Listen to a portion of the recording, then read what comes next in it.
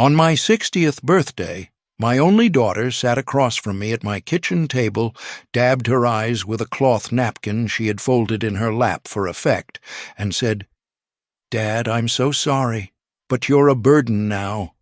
We've already packed your things." The cake was still in the box on the counter. Chocolate with white frosting. She hadn't even opened it. Behind her stood two men in dark polo shirts with the words Magnolia Grove Care Center embroidered above the chest pocket. They looked patient in the way that people who do this for a living learn to look patient. Not unkind, just unsurprised. One of them was holding a clipboard. The other had his hands clasped in front of him the way undertakers do. Rowan kept talking. She had a speech prepared. I could tell by the rhythm of it, the way certain phrases landed just a little too cleanly, the way her voice caught at exactly the same place twice. She said the doctors had expressed concerns. She said the neighbors had noticed things. She said she had been agonizing over this decision for months, and it was breaking her heart. But she had to do what was best for me. And Magnolia Grove was the best facility in the Low Country. And I was going to be so well cared for, Dad, you have no idea. I listened. I didn't interrupt. I watched her face. The face I'd held in my hands the night she was born.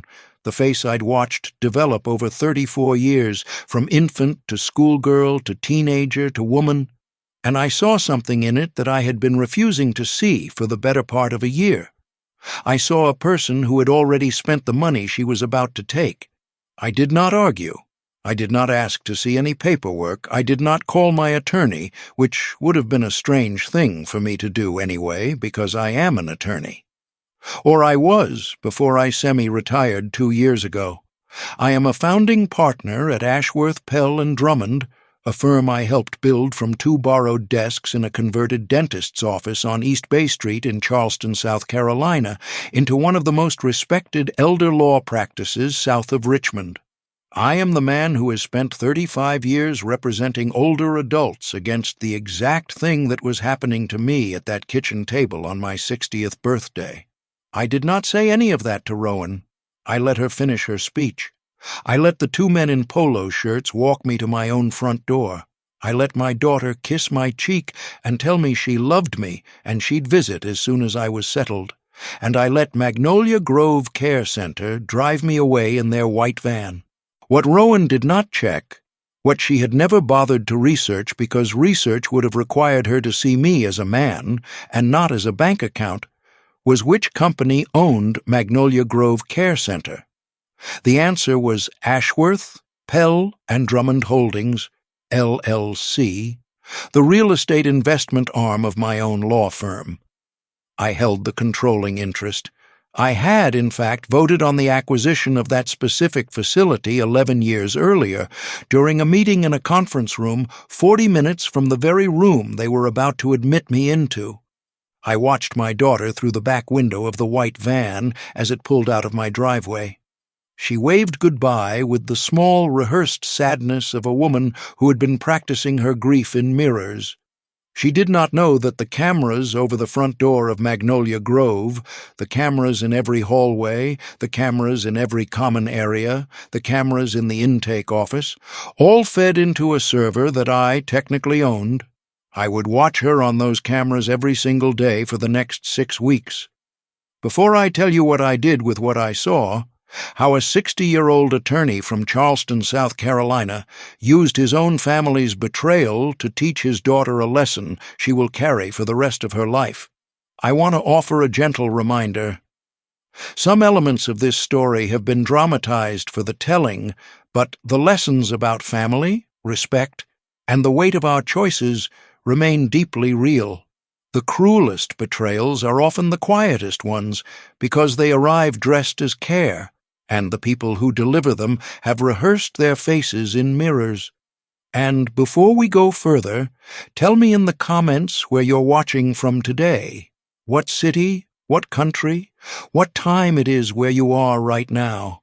It helps this channel reach the people who need to hear stories like this, and it reminds me that even when your own blood turns against you, none of us are standing alone in the driveway while the van pulls away. My name is Clayton Ashworth. I'm 60 years old. I was born in North Charleston to a father who repaired HVAC systems for a living and a mother who taught third grade at Chicora Elementary for 41 years. I grew up in a two-bedroom bungalow on Reynolds Avenue with a screened porch that collected cicadas in the summer and a kitchen that always smelled like coffee and warm cornbread. My father died when I was 22, lung cancer, the slow kind, and my mother followed him 6 years later, quietly, in the way of women who outlive their husbands and decide the world has become too large without them. I went to the College of Charleston on a partial scholarship and worked nights at a hotel bar on Meeting Street to cover the rest. I went to law school at the University of South Carolina, paid for with loans that took me 13 years to finish off. I was the first person in my family to wear a suit to work. My father had owned one suit his entire life, a charcoal wool he wore to weddings and funerals and eventually to his own. And I kept that suit hanging in a garment bag in my closet for 30 years, not because I could wear it, but because a man deserves to keep one relic of the father who taught him how to be a man.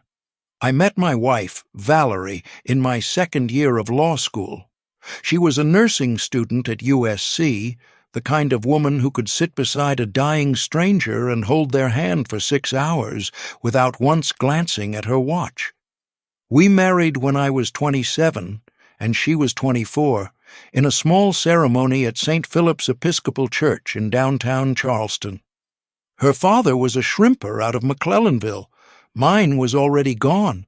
She wore her grandmother's veil, and I wore a suit I had saved for 5 months to afford. I passed the bar in 1989. I went to work for a general practice firm on Broad Street for 4 years, where I made coffee and wrote memoranda and learned that the law, when practiced well, was not a weapon, but a kind of structural engineering. You used it to build things that protected people from the weather of other people's decisions. You used it to keep roofs over the heads of widows and foundations under the feet of the elderly. You used it, if you were any good, to stand between the vulnerable and the people who saw them as resources to be extracted. In 1993, I left the Broad Street firm and founded Ashworth, Pell, and Drummond with 2 friends from law school. Eunice Pell, who grew up in Orangeburg and had the steadiest legal mind I have ever encountered in another human being, and Wesley Drummond, who was gone now, pancreatic cancer in 2019, may his memory remain a blessing. The 3 of us decided from the first day that we would specialize in elder law. Wills, trusts, estates, Medicaid planning, guardianship disputes, and, most importantly, the long, grinding, often hopeless work of protecting older adults from the people who are supposed to love them. For 32 years, I watched the same story unfold over and over in my office. A widow discovers her son has been draining her accounts. A father learns his daughter has forged his signature on a reverse mortgage. A grandfather is moved into a facility without his consent because the family has decided his assets are more useful than his presence. The details changed. The shape never did. I had seen it so many times that I honestly thought, that my own family would be immune because I had spent my entire career building the kind of legal structures that should have made it impossible. Pride is a strange thing. It blinds you in exactly the places you think it's protecting you. Valerie died 3 years ago. Sudden cardiac arrest, at home, on a Thursday morning in October. She had just finished pouring coffee when it happened. She was 53. I found her on the kitchen floor with the coffee still steaming beside her, and I sat with her for 40 minutes before I could bring myself to call anyone, because calling someone meant admitting that the 40 years of life I had built with this woman were over, and I was not ready to admit it. I am still not ready most days. Rowan was 31 when her mother died. She had been a difficult child and a more difficult young woman, bright but resentful, quick to anger, always convinced that whatever she had was less than what she was owed. Valerie had a way of managing her. Valerie could absorb Rowan's sharpness without letting it cut her, could redirect her energy into something useful, could look her in the eye and say, "That's enough, Rowan," and mean it. I never had that skill. My tool was reason, and Rowan had learned by the age of 10 that reason was a wall she could climb over simply by refusing to acknowledge it. Without Valerie, the dynamic between Rowan and me collapsed in slow motion. For the first year after her mother's death, she was around. Visits, phone calls, shared grief. By the second year, the visits had become transactional. She would come for dinner and bring up money problems, a car that needed repair, a boyfriend who owed her rent, a business idea that required seed funding.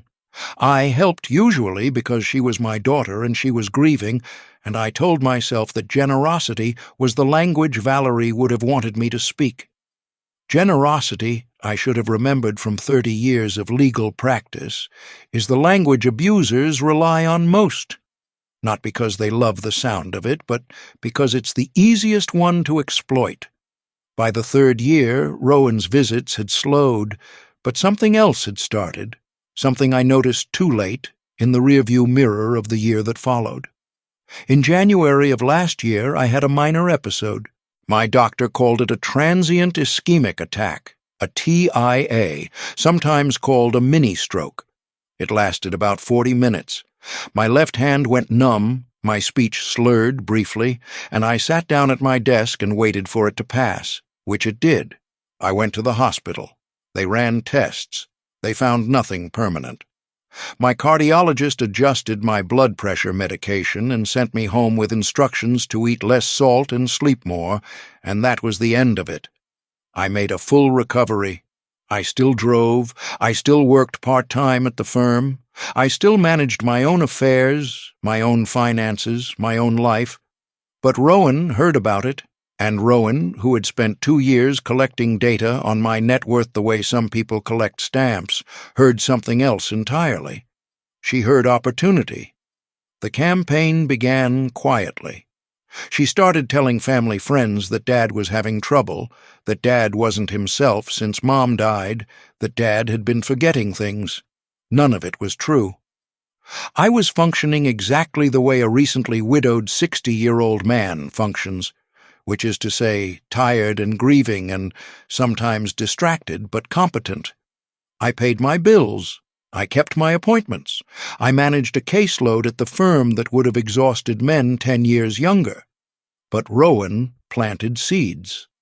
She visited my neighbor, Dolores Carver, a woman of about 70 who lived 2 houses down and had known Valerie well. Rowan told Dolores that I'd been leaving the stove on, that she was worried about me, that she was looking into care options. Just to be safe. None of it had happened. I had not left the stove on. I had not exhibited any signs of cognitive decline. But Dolores, who had loved Valerie and who loved me in the distant way neighbors love each other, accepted the story at face value. And the next time I saw Dolores, she looked at me with a new kind of concern, the kind that didn't quite meet my eyes. Small things, quiet things. A daughter planting a narrative the way you plant bulbs, underground, out of sight, waiting for the right season to bloom into something you can point to as evidence. Have you ever been studied by someone who used to love you?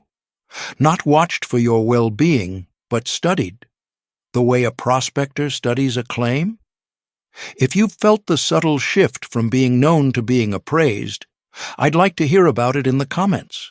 I want you to know you're not imagining it. The morning of my 60th birthday, I woke early the way I always do. I made coffee in the kitchen. I sat on the back porch of the house Valerie and I had bought in 2003, a single-story brick colonial in West Ashley, with live oaks in the yard and a small garden Valerie had planted and I had been tending badly since she was gone, and I watched the sun come up over the neighbor's fence. I thought about Valerie. I thought about turning 60 alone, which was a thing I had been dreading in the abstract for months, without realizing how heavy the actual day would feel. At 9:30, Rowan arrived. She brought a cake. She brought tears.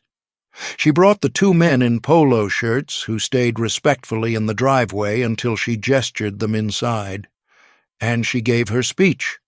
I want to be clear about what I felt in that moment, because if you are listening to this and you have ever been in a similar room with a similar family member, you deserve to know that the feeling is not what the movies tell you. It is. It is not shock. It is not rage. It is something colder and quieter than both. It is the feeling of a man who has already seen the X-ray and is only now looking at the break. I had been seeing the pattern for months. I had been documenting it in the back of my mind with the same methodical habit I'd developed over 35 years of legal practice.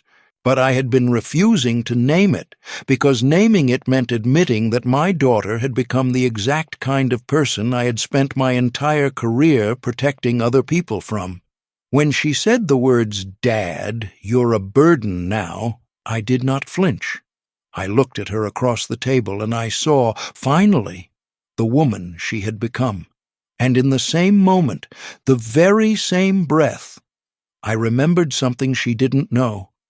I remembered that the company whose name was embroidered on the shirts of the men, in my kitchen was a company I owned.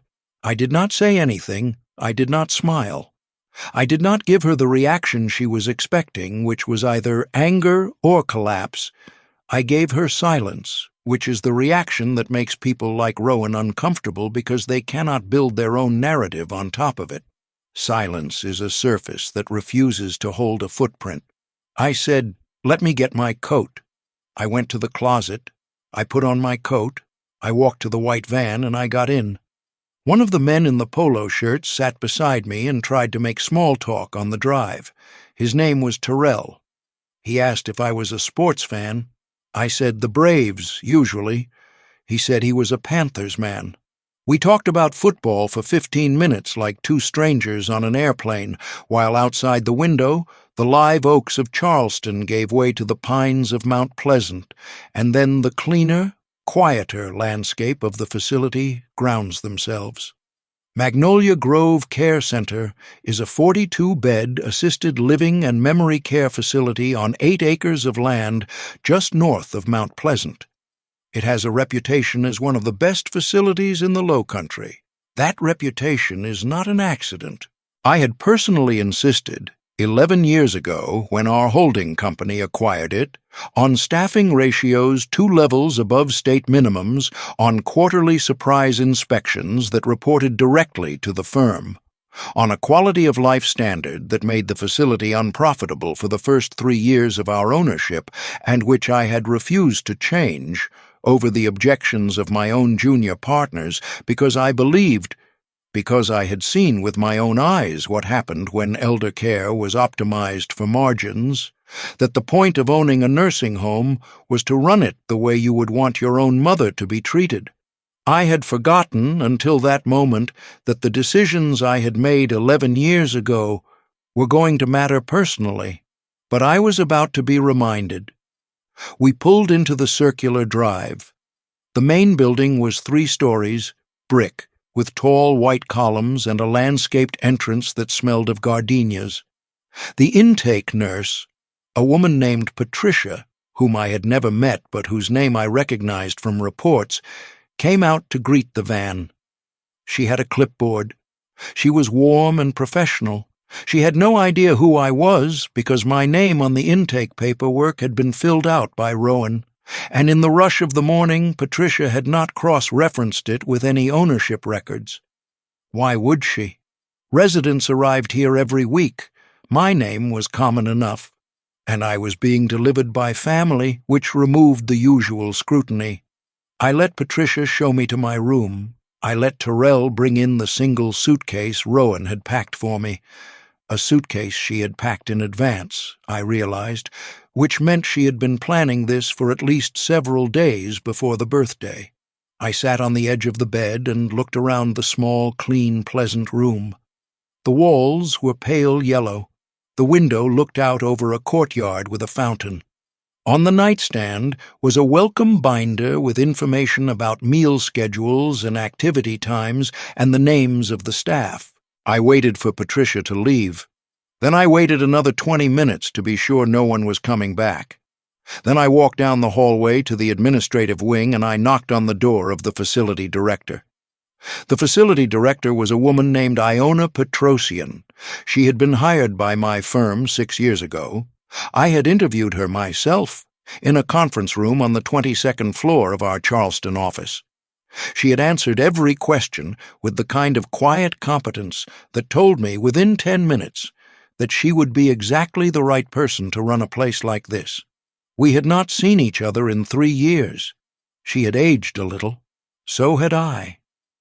When she looked up from her desk and saw me standing in her doorway, her face went through 3 rapid stages: polite professional greeting, recognition, and then the dawning horror of a woman realizing that the man who signs her quarterly performance reviews was standing in her doorway dressed in civilian clothes, holding the welcome binder of a new resident.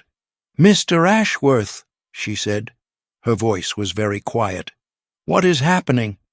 I closed the door behind me. "My daughter," I said, "just had me admitted to this facility under the belief that I am cognitively impaired. I am not.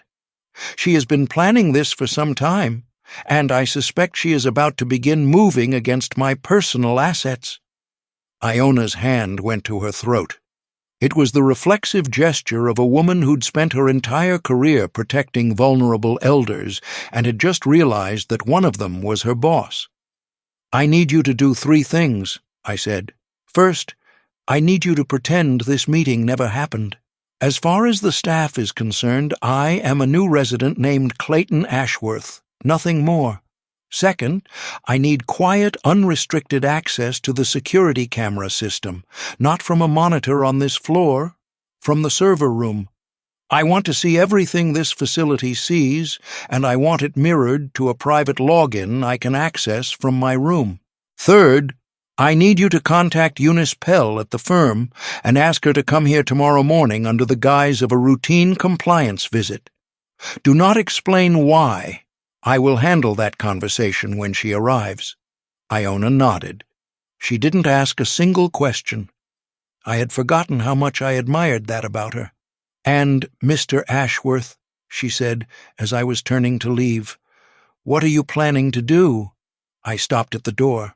"I am going to watch my daughter," I said, "and I am going to document every single thing she does with what she thinks is mine, and then, when she is finished, I am going to decide what kind of father I want to be." The next morning, Eunice Pell arrived at 8:30. Eunice and I have worked together for 32 years. She is the finest legal mind in the state of South Carolina and possibly anywhere else, and she is also the closest thing I have to family now that Valerie and Wesley are both gone. She walked into Iona's office in a charcoal suit and a pair of reading glasses perched at the tip of her nose, set down her briefcase, and looked at me sitting in the chair across the desk. "Clayton," she said. Iona mentioned a compliance visit. "What am I actually doing here?" I told her. Eunice listened without interrupting. When I finished, she removed her reading glasses and set them on the desk. She closed her eyes for a long moment.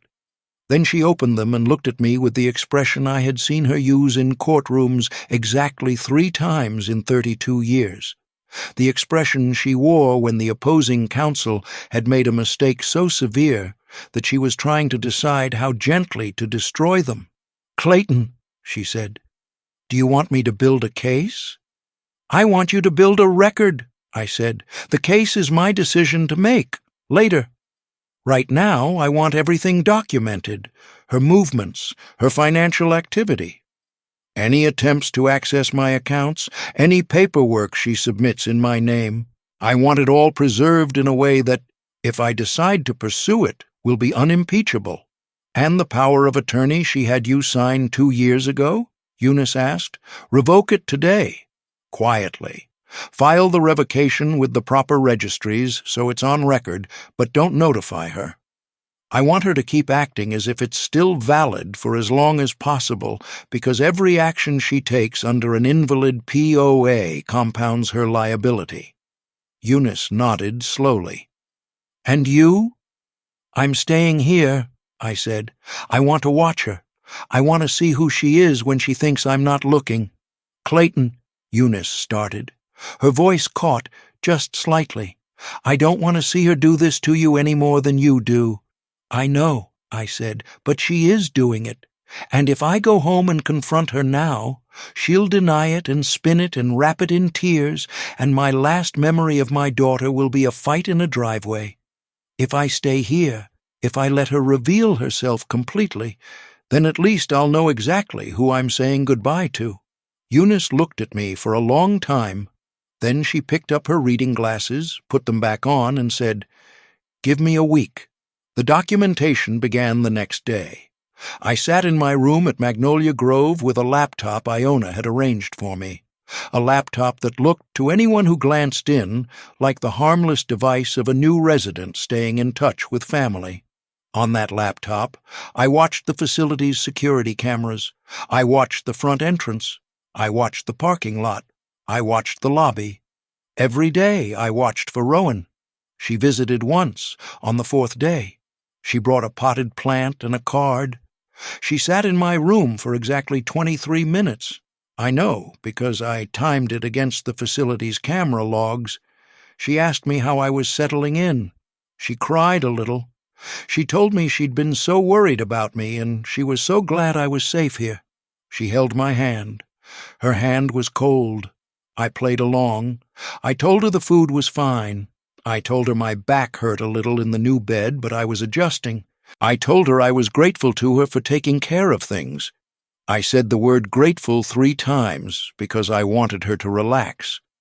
Rowan had always been a woman who, when she thought she was winning, became sloppy. I needed her to think she was winning. When she left, I watched her on the camera feed walk back to her car. She sat in the driver's seat for a full minute before starting the engine. She was on the phone. I could not hear the conversation, but I could see her face. She was smiling, the first real smile I had seen on her in months. It was the smile of a woman who believed in that moment that the hardest part was over. She was right, in a way. The hardest part was over, but not the part she thought. Over the next 3 weeks, Eunice and her team at the firm built a record that would have impressed the federal prosecutors I used to work alongside on elder abuse task forces. Rowan, moving quickly now that she believed I was safely contained, listed my house on the market with a real estate agent in West Ashley. She forged my signature on the listing agreement. The signature was not even particularly good. Eunice showed me the document later, and the loops were wrong. The pressure was wrong. It was the work of a woman who had practiced signing my name in front of a mirror, but had never actually needed to fool an expert. Under normal circumstances, no one would have looked. Real estate agents rarely do. The document passed. She accessed my bank accounts using passwords she had collected from me in the year after Valerie died, during a period when I had trusted her to help me sort through the financial paperwork following the death. She began moving money, not in large, obvious chunks, but in a series of smaller transfers that would have been harder to reverse if I had not caught them quickly. She set up automatic bill pay from my accounts to hers. She opened a credit card in my name. She wired $10,000 from my retirement account to the down payment escrow on a condominium in Mount Pleasant. Every transaction was documented the moment it occurred because Eunice had quietly flagged every one of my accounts through the firm's relationship with my bank, and every activity generated an alert that came directly to her desk. And on the facility cameras, I watched her come and go from my house, the house I had shared with Valerie. Like a woman who had already finished inheriting it, I saw her carry boxes out of the front door and load them into her SUV. I saw her leave the front door unlocked behind her, which Valerie would have hated. I saw her one evening standing in the yard on her phone, gesturing at the house, probably describing its features to whoever was on the other end of the line, the way you would describe property you were about to sell. I did not rage. I did not cry. I sat on the edge of the bed in a yellow room at Magnolia Grove and watched my daughter dispose of the life her mother and I had built, and I felt a grief that was older than her betrayal. The grief of a father who had raised a child expecting her to become someone and was now watching her reveal that she had become someone else entirely. I was not alone during those weeks. Magnolia Grove was a well-run facility, and the residents were good company. I met a woman named Marjorie Holcomb on my second day. She was 78, a retired librarian from Somerville, and she had been at the facility for 2 years. Her son had placed her here after her husband died, and he had not visited once. Not once. Her birthday had come and gone in October with no card and no call. She told me all of this over lunch in the dining room without any self-pity, the way some older women tell difficult truths. Flatly, without decoration, as if to add drama would be to insult the facts themselves. I liked Marjorie immediately. She reminded me of Valerie, which is the highest compliment I know how to give. On the 14th day of my stay, I took Marjorie to dinner. I asked Iona's permission to arrange it, and Iona, who understood what I was doing, arranged for a car to take us to a restaurant on Shem Creek. It was not a date. It was something better. It was a small act of dignity offered to a woman who had been forgotten by the people who should have remembered her. I paid for the dinner myself, out of an account Rowan had not yet discovered, and I told Marjorie that if she was agreeable, I would like to take her to dinner once a week for as long as I was at the facility. She looked at me across the table, white tablecloth, candles, a plate of she-crab soup between us, and she said, "Mr. Ashworth, I don't know why you're being kind to me, but I want you to know that it is the first kindness I have received from a man my age since my husband died." "Thank you," I said. "You're welcome, Marjorie." And I thought, when this is over, I am going to do something about the fact that you have been here for 2 years with no one to take you out for she-crab soup. I kept that promise. You will hear about it in a moment. On the 43rd day of my stay, Eunice called me on the laptop. "Clayton," she said, "she's coming tomorrow morning. She needs your signature on the final closing documents for the house sale. The buyers are ready. She's scheduled a private meeting with you at the facility." I looked at the camera feed on my laptop. The front entrance of Magnolia Grove, quiet in the afternoon light, gardenias blooming in the planters on either side of the door. "Good," I said. "Let her come. I'll meet her in the main conference room on the ground floor. I want you there. I want Iona there.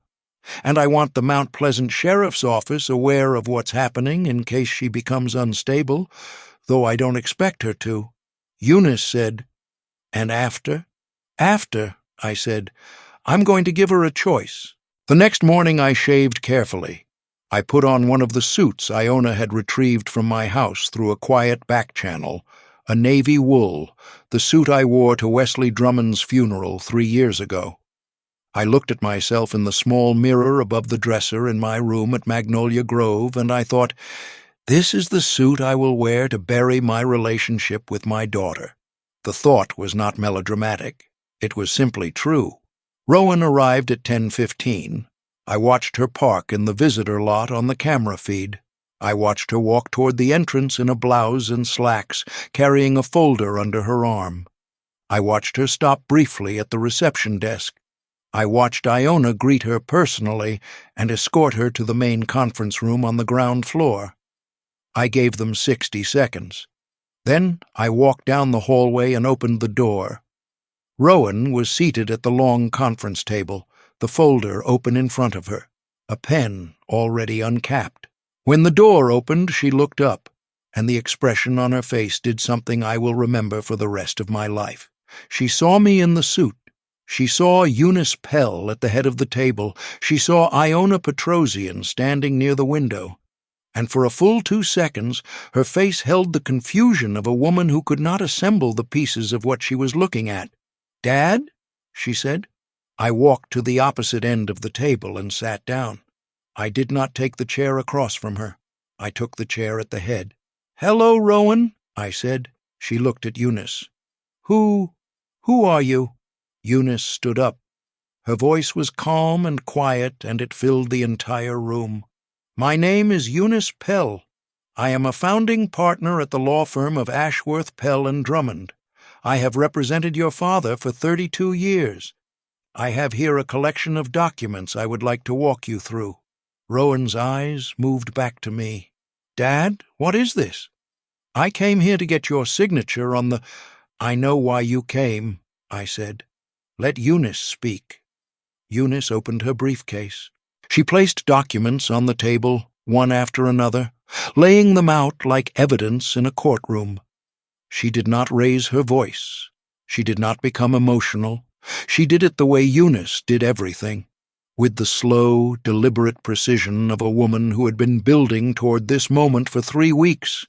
The listing agreement for the house, the forged signature, the real estate agent's file, the bank records showing unauthorized transfers, the credit card opened in my name without my consent, the wire to the escrow account for the Mount Pleasant condominium, the revocation of power of attorney filed 28 days earlier, which meant that every action Rowan had taken in my name after that date was legally void. And finally, the last item Eunice placed on the table, the ownership records of Magnolia Grove Care Center. Rowan picked that one up. Her hand was shaking. She read the first page. Her face went white. "You," she said, looking up at me. "You own this place." "I own the company that owns this place," I said. "It's an investment of my firm. I signed off on the acquisition 11 years ago. I've been watching you on the cameras since the day you dropped me off, Rowan. I know every time you entered my house. I know every transfer you made. I know what you were planning to do with the money after the house sold. I know that you told the nursing staff I was suffering from severe dementia so they wouldn't believe me if I complained. I know that you told your cousins I had declined rapidly and didn't recognize anyone anymore, so they wouldn't visit. I know all of it, Rowan. I have it all documented, every piece." She opened her mouth to speak. Nothing came out. "I am going to give you a choice," I continued.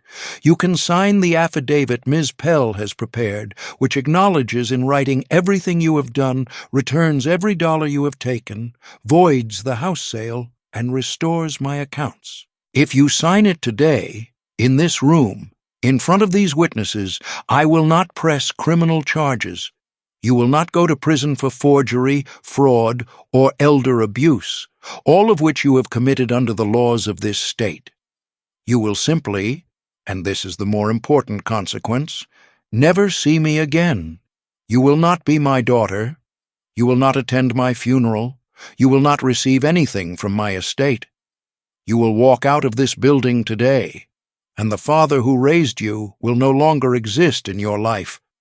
Or, I said, and my voice was very quiet, you can refuse to sign, and I will pursue every charge available to me under South Carolina law. You will face a jury of your peers.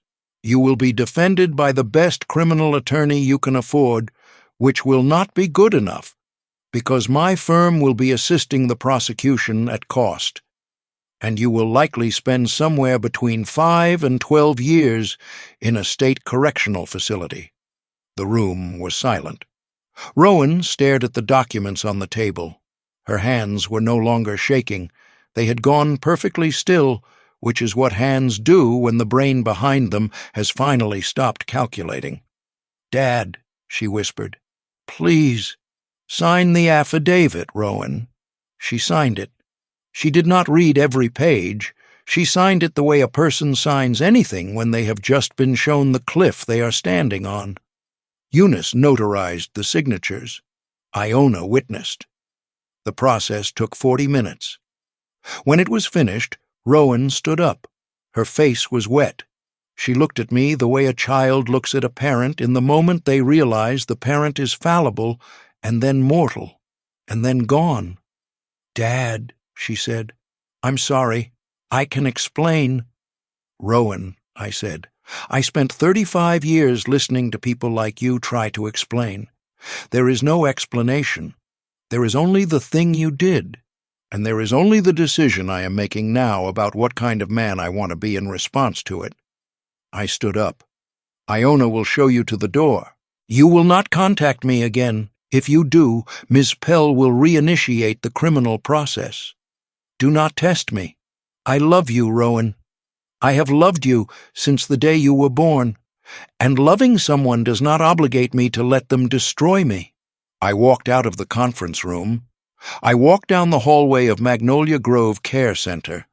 I walked past the dining room where Marjorie was finishing her breakfast, and I touched her shoulder briefly and said, "I'll be back for our dinner on Friday."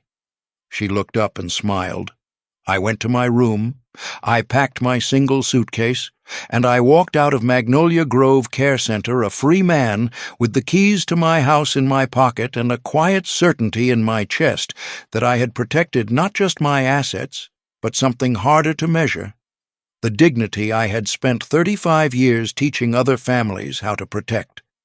In the weeks that followed, I made 3 changes to the life I returned to. First, I went back to my house in West Ashley. I changed the locks. I packed every photograph of Rowan into a box and put the box in the attic. Not to erase her. Just to put her in a place where she could not keep hurting me every time I walked through the living room. Second, I made Iona Petrosian the Chief Operating Officer of Ashworth, Pell, and Drummond Holdings, LLC, a promotion with a significant raise, and I gave her a mandate to increase wages for every frontline caregiver at every facility in our portfolio by an amount that reduced the holding company's quarterly returns by 7%. My junior partners objected. I overruled them. I reminded them that the point of owning a nursing home was not to maximize profits. It was to run it the way you would want your own mother to be treated. Third, I established the Marjorie Fund, a permanent endowment at all 7 of our facilities designed to pay for weekly outings, birthday celebrations, and small dignities for any resident who did not have family visitors. The fund was named after Marjorie Holcomb, whom I continued to take to dinner every Friday for the rest of her time at Magnolia Grove. She passed peacefully 11 months later, and I was at her bedside when she did, and I was the only person there, and she held my hand and said, "Clayton, you were my friend," and she died smiling. It is the best thing I have ever done, and I will carry it with me until it is my turn to lie in a bed like that one. I have not seen Rowan since the morning in the conference room. I do not know where she is living. I do not look her up. Eunice tells me in her quiet way that Rowan is alive and has not violated the terms of the affidavit, and that is all I need to know. If you are listening to this and you suspect that someone you love is quietly appraising you, not loving you but studying your worth, I want you to hear me. You are not being paranoid. Your instincts are older than your trust, and they are usually right. Listen to them. Document what you see. Call the people who know how to build the structures that protect you. And when the moment comes to decide what kind of response you want to give, remember this. The most powerful answer is not revenge. It is dignity. It is the quiet refusal to become the person they wanted you to be in order to justify what they did. I am 61 years old now. I live alone in the house Valerie and I built. I tend her garden badly, and I read every night in my chair by the window, and I go to the firm 3 days a week to mentor the younger attorneys who are learning to stand between the vulnerable and the people who would exploit them.